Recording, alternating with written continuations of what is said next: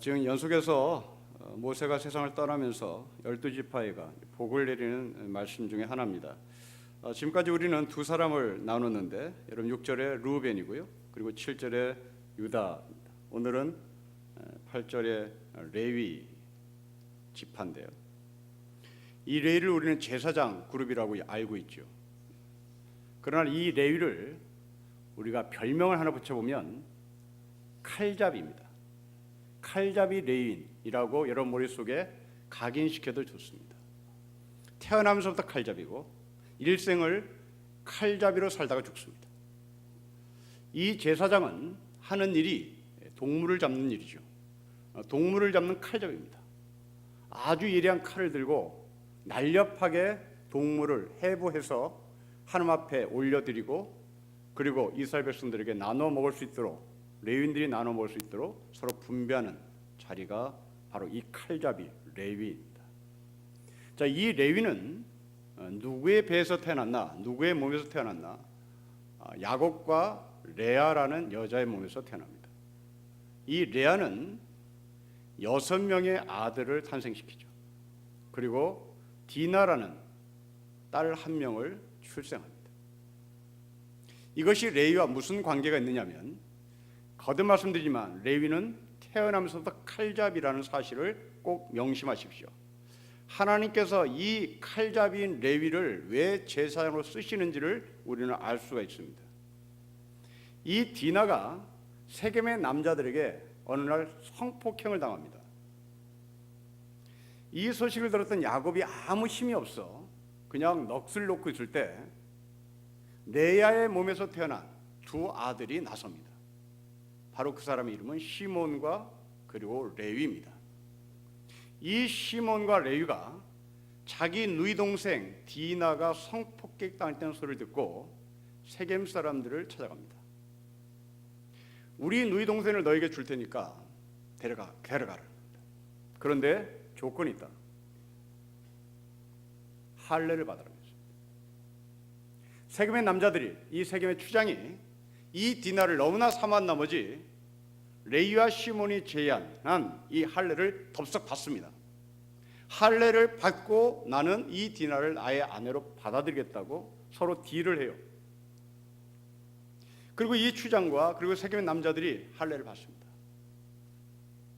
상처가 아물기도 전에 시몬과 레위는 칼을 들고 들어가 그들을 모두 살육합니다. 다 죽입니다. 태어나면서부터 칼잡이입니다. 이 소식을 듣고 야곱이 이들을 칭찬해야 되고 잘했다, 당연히 그래야지 라고 할 법한데 오히려 야곱은 이 시몬과 레위를 저주합니다. 자, 다시 이 이야기를 정리해 봅시다. 세겜의 남자들에서 성폭행을 당한 자기의 누이 동생입니다. 배다른 누이 동생이 아니라 레아의 같은 어머니의 품에서 태어난 누이 동생입니다. 대단히 예쁘고 사랑스럽고 보호해야 할 오빠의 위치입니다. 동생이 성폭행을 당했다는 소리를 듣고 오빠의 위치에서 이 성폭행을 가한 가해자를 향해서 보복하고 원수를 갚는 일은 당연한 겁니다. 그러면 당연히 야곱은 아버지로서 레위와 시몬의 행동을 칭찬하고 축복해야 마땅하잖아요. 그런데 왜 야곱은 레위와 시몬의 살육 현장을 듣고 그들을 저주했을까? 그것은 할례 때문이었습니다. 할례는 사람을 보복한 데 쓰는 것이 아니라 하나님의 사람들을 택했다는 증거였습니다. 하나님이 어떤 사람을 택했다는, 하나님이 선택했다는 차원에서의 할례입니다. 이 하나님이 택하신 증명으로서 이 할례를 사람을 죽이는데 사용한 겁니다. 욕망과 욕정과 분노와 원수를 갚는데 사용한 것이 바로 이 시몬과 레위의 잘못이었습니다. 하나님께서 허락하신 하나님의 방법을 사람의 방법대로 썼기 때문입니다. 그래서 야곱은 세상을 떠나면서 이 두 아들에게 저주를 합니다. 창세기 49장 6절 이하의 말씀을 제가 읽어보면 이렇습니다. 시몬과 레위는 형제요 그들의 칼은 폭력의 도구로다. 그 노여움은 혹독하니 저주를 받을 것이요 분기가 맹렬하니 저주를 받을 것이라. 내가 그들을 야곱 중에서 나누며 이스라엘 중에서 흩으리로다. 이스라엘 중에서 나누며 흩으리로다. 이 말씀이 그대로 먹혀 들어가 레위는 어느 한 공동체를 형성해서 살지 못하고 12지파에 각각 흩어져서 제사장의 일을 보며 그 종족이 그 지파가 나뉘고 흩어진 증명을 성경은 하고 있습니다. 자, 그런데 이제 오늘 본문을 보면 그렇게 저주받은 레위가 이제 모세가 세상을 떠나면서 축복하는 지파로 바뀝니다. 여러분 8절부터 11절 보십시오. 여기에 어디 하나 저주스러운 말이 하나도 없습니다. 야곱은 분명히 이 시몬과 레위 지파에게 저주를 두 번씩이나 썼습니다. 저주라는 단어를 두 번씩 썼습니다. 그런데 오늘 8절부터 11절은 하나도 없습니다. 그리고 이 사람들이 무슨 일을 하며 살 것인지를 계속 얘기합니다. 그 중에 이제 우리 눈에 드는 한 말씀이 9절입니다. 여러분 9절을 다시 한번 읽겠습니다. 시작. 그는 그의 부모에 대하여 이르기를 내가 그들을 보지 못하였다며 그의 형제들을 인정하지 아니하며 그의 자녀를 알지 아니한 것은 주의 말씀을 준행하고 주의 언약을 지킴으로 말미암음이로다. 이 말씀이 우리 눈에 들어와야 합니다. 왜냐하면 여러분들이 갖고 있는 성경 중에 관주 성경을 갖고 계신 분들은 이 구절을 어떤 본문과 연결시키고 있냐면 출애굽기 32장 27절을 연결시키고 있습니다. 출애굽기 32장 27절이 이 말씀과 서로 연결되어 있다고 우리에게 힌트를 주고 사인을 보내고 있습니다. 자, 그러면 이 9절의 말씀과 연결되어 있는 출애굽기 32장을 찾아봐야 되겠죠. 여러분 32장 25절 이하로 갑시다.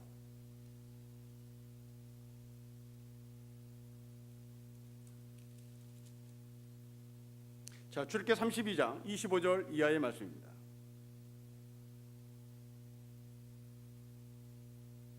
자, 먼저 출애굽기 32장은 어떤 이야기를 담고 있냐면 모세가 시내산에 올라가서 율법을 받는 이야기입니다. 모세가 율법을 받기 위하여 시내산에 올라가서 하나님과 대면하고 있을 때 이스라엘 백성들은 그 시내산 밑에서 금송아지를 만들고 그 앞에서 축제를 벌이고 있었습니다. 이 소식을 듣고 모세는 화가 났습니다. 그 화가 난 직후의 이야기입니다. 25절부터 29절을 제가 읽겠습니다. 이에 25절입니다. 모세가 본즉 백성이 방자하니 이는 아론이 그들을 방자하게 하여 원수에게 조롱거리가 되게 하였습니다. 금송아지를 만들어 그들 앞에서 축제를 벌이고 있는 소식을 듣고 아론이 리더십을 잘못 발휘했다고 생각하고 모세는 화가 난 겁니다.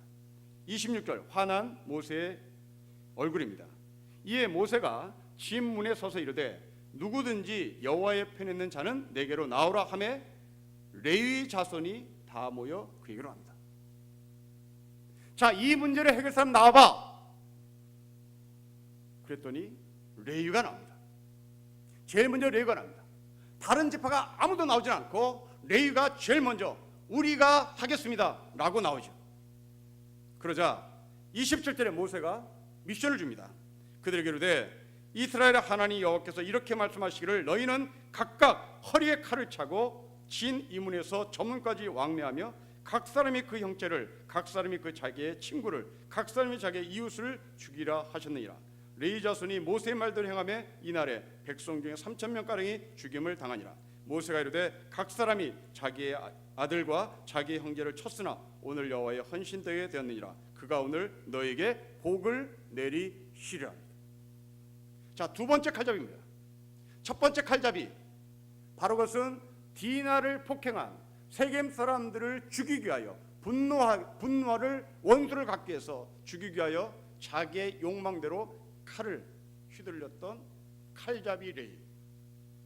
오늘 보면은 하나님의 명령에 근거해서 칼을 휘두르는 칼잡이 레위입니다. 이게 달라지는 겁니다. 무슨 이야기를 지금 성경은 하고 싶은 건가요? 도대체 이 레위는 왜 모세의 초청에 제일 먼저 참여하고, 그리고 이 모세가 한 말에 절대적으로 순종해 자신들이 갖고 있는 칼을 휘둘러 우상을 숭배했던, 금송아지를 만들었던 이스라엘 백성들을 죽였을까 하는 겁니다. 여러분, 이 사람들이 출애굽기 32장까지 오는 동안 어떤 삶을 살았을까요? 칼만 보면 지긋지긋했을 겁니다. 칼만 보면 하나님의 법을 어겨가며 자신이 사람을 죽인 것에 대해서 진저리를 쳤을 겁니다. 그리고 하나님, 나에게 정말 하나님의 뜻대로 이 칼을 휘두를 수 있는 기회를 한 번만 주시면 나는 거기에 내 목숨 다 걸고 참여하겠습니다. 이런 생각을 가졌겠죠. 그리고 때가 온 겁니다. 기회가 온 겁니다. 이게 32장의 이야기입니다. 여러분, 우리는 각자 하나님부터 받은 은사와 달란트가 있습니다. 그 은사를 레위 족속이 자기의 욕망을 위해서 썼던 적이 있었고, 그것이 철천지 마음에 상처가 되고 아픔이 되어 다시는 그러지 않으리 허벅지를 찔러가며 반성하고 회개해. 이제는 나의 욕망을 위해서 은사를 사용하는 것이 아니라 하나님의 방법대로 은사를 사용하고 있는 사람이 여기에 있을 겁니다. 마치 아주 예리한 칼날을 손에 들고 있는 살인범이 그 칼로 사람을 죽이지만, 그 똑같은 칼이 어머니의 손에 들려지면, 주부의 손에 들려지면 그 칼은 음식을 만드는 데 사용되는 것처럼 이 레위는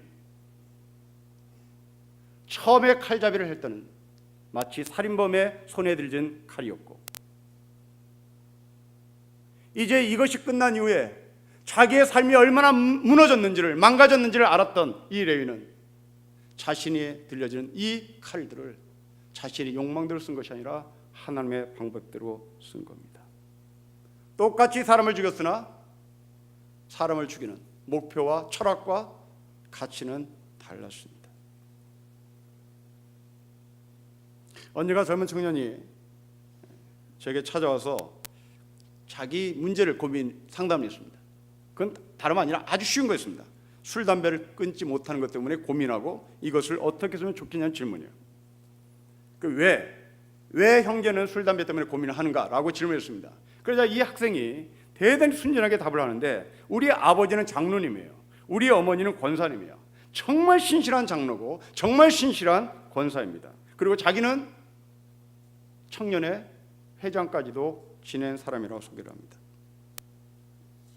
그런데 자기는 담배를 피고 술을 마시는데 이것을 어떻게 하면 좋겠냐고 질문해요.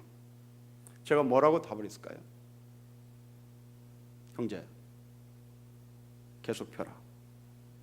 계속 펴. 단 조건이 있다. 엄마 아빠에만 들키지 말아라. 엄마 아빠에게만 들키지 말고 해라.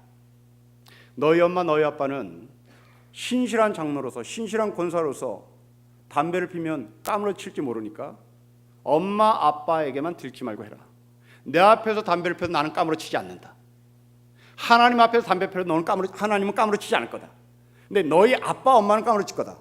그러니 엄마 아빠에게 들키지만 말고 잘 펴라. 그러자 이 청년이 더 나가서 한 가지 질문합니다. 그러면 앞으로 술, 담배가 끊겨질 수 있을까요? 이 두 번째 질문입니다. 저는 분명하고 단호하게 말했습니다. 물론 끊겨지지. 그래서 이 아이가, 이 목사들은 진심을 말을 하지 않는 걸 알잖아요. 그러니까 립서비스하는 존재라는 걸 알잖아요. 그래서 이 학생이 나에게 다시 질문하기를 목사님 저를 위로하려고 그러죠. 아니 정말 끊겨진다니까. 그걸 어떻게 증명하냐? 증명할 수 있지. 해보래요. 너가 나를 관찰해 본 결과 어떤 사람일 것 같니? 인격이 훌륭하니? 성질이 좋니? 인상이 좋니? 뭐 하나 좋은 게 있니? 인격도 없지. 성질은 더럽지. 얼굴은 괴팍하지. 그런데 나 20년 전엔 더했다. 30년 전엔 더했어. 많이 좋아진 거야. 나 죽을 때 되면 없어질걸. 나 죽을 때 되면 이 급한 성격 없어질걸. 이 죽을 때 되면 급하게 죽고 싶지 않아서 느긋해질 거야. 나 많이 변했어. 너 돼. 여러분, 왜 이 젊은 청년에게 제가 술, 담배를 하라고 했을까요? 왜 해도 된다고 얘기했을까요? 이 학생은 지금 술, 담배 때문에 고민했다는 것은 대단히 깨끗한 아이입니다. 보통 아이 같으면 아예 고민도 안 해요. 고민할 필요도 없습니다. 나에게 찾아오지도 않습니다. 그런데 이 학생이 왜 고민을 하며 저에게 찾아왔을까요? 이것은 이 아이는 믿음이 있다는 증거입니다. 자기가 고구마 때문에 신앙생활 해보겠다고 하는 아픔이에요. 괜찮은 거예요. 그리고 분명히 끊어질 날이 있습니다. 여러분, 하나님께서 이 레위, 태어나면서부터 칼잡이의 은사를 갖고 있는 레위였습니다. 그런데 이 사람을 하나님께서 제사장으로 바꿉니다. 기가 막히죠. 여러분, 저는 여러분들에게 가끔 반복해서 드리는 말씀이 있습니다. 우리는 하나님을 믿고 성격이 바뀌어야 된다고 자꾸 요구하고, 하나님 내 성격을 바꿔주세요라고 요구하잖아요. 성경 그런 말 없습니다. 성격을 바꿔달라고 기도하지 마시고요,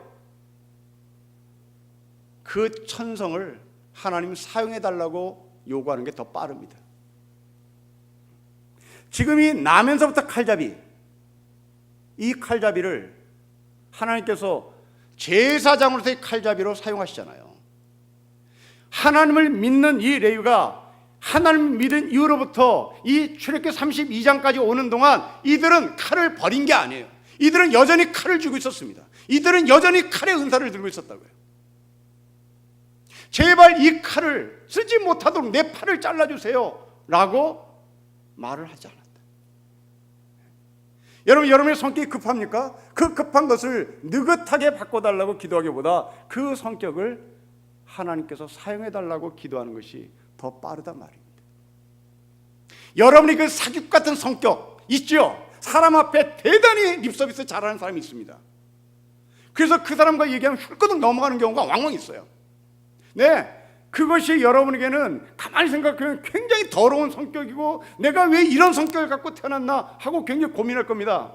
그래서 그 성격을 좀 바꿔달라고 기도하는 경우가 있을 텐데, 이 레위의 입장에서 보면 하나님, 그렇게 사람 만나서 아주 사탕발림으로 이야기하는 그 은사를 하나님의 뜻에 맞는 일에 써달라고 간구하는 것이 더 빠르단 말입니다. 이게 레위의 칼잡이입니다. 여러분, 우리를 가만히 되돌아보십시오. 우리가 지금 하나님의 말씀을 지키고 있고 하나님의 말씀을 지키려고 하고 있습니다. 이전에는, 우리가 예수를 알기 전에는 나의 욕망과 나의 욕심을 가지고 하나님부터 나에게 주신 은사를 사용을 했죠. 이제 예수를 만나고 보니 우리는 한 번 더 나를 돌아보고, 한 번 더 말씀 안에 나를 비추고, 한 번 더 하나님의 말씀 속에 내가 거하고 싶어하고, 그리고 이전보다 한 번 더 기도하는 자리로 나아가고 있습니다. 레위인을 정리해 보십시오. 3번의 칼잡이를 합니다. 세겜의 남자들을 죽일 때 썼던 칼잡이. 2번째, 시내산 밑에서 금송아지를 만들어 거기에서 춤을 췄던 이스라엘 백성들 죽였을 때 칼잡이. 3번째, 이제 정식으로 제사장으로 위임받은 후에 이 레위인들은 동물을 잡는 일에 자신의 칼잡이의 은사를 사용합니다. 자, 그러면 실력 좋다고 동물을 잡을 수 있을까요?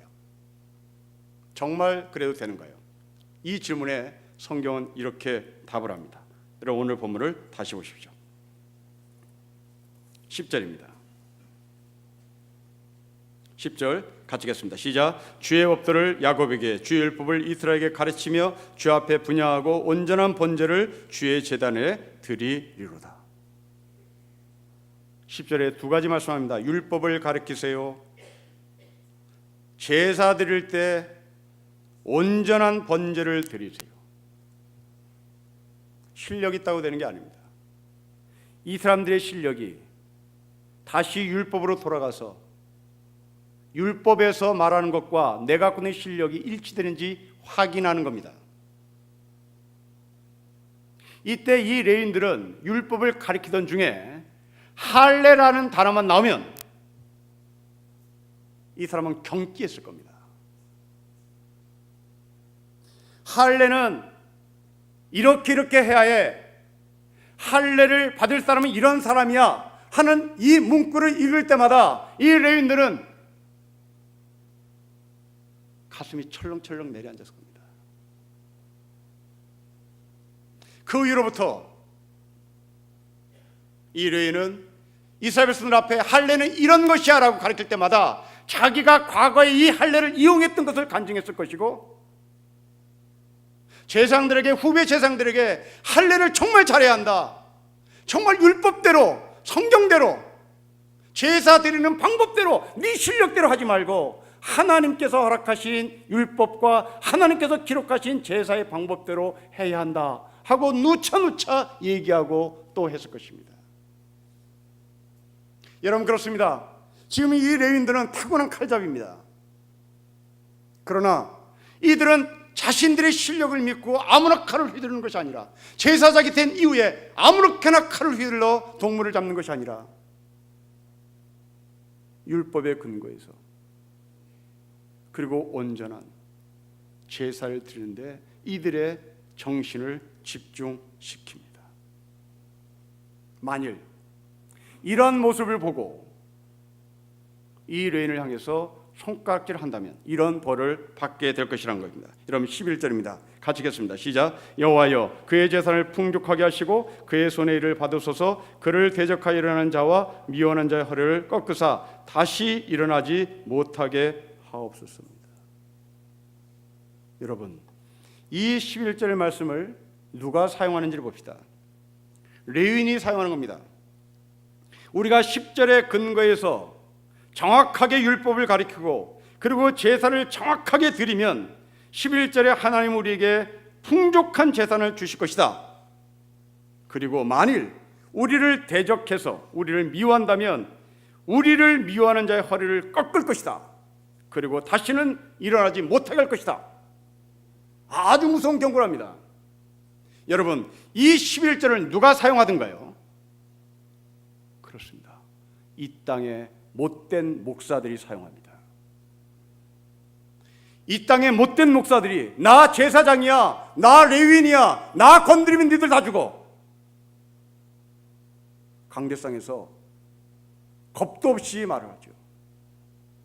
거기에 여러분들은 심장이 쪼그라듭니다. 목사를 건드리면 죽는단다야. 얼마나 우리 한국교회 못된 목사들이 이 11절을 사용해 먹었는지요. 하나님이 기름 부으신 제사장을 욕해서는 안 된다. 하나님이 기름 부으신 레위 같은 사람을 손가락질은 안 된다. 그러면 손가락질한 당신이 죽는다. 주일학교 때 누차 배웠던 저의 세뇌교육의 결과입니다. 그래서 목사는 사람이 아닌 줄 알았고, 목사는 건드리면 안 되는 줄 알았고, 목사는 무조건 따라야 되는 존재로 생겼습니다. 그러나 그렇지 않습니다. 베드로 사도는 이 레위를 우리에게 돌립니다. 우리는 다 레위인이다. 우리는 다 왕같은 제사장이다. 우리는 다 거룩한 백성이다.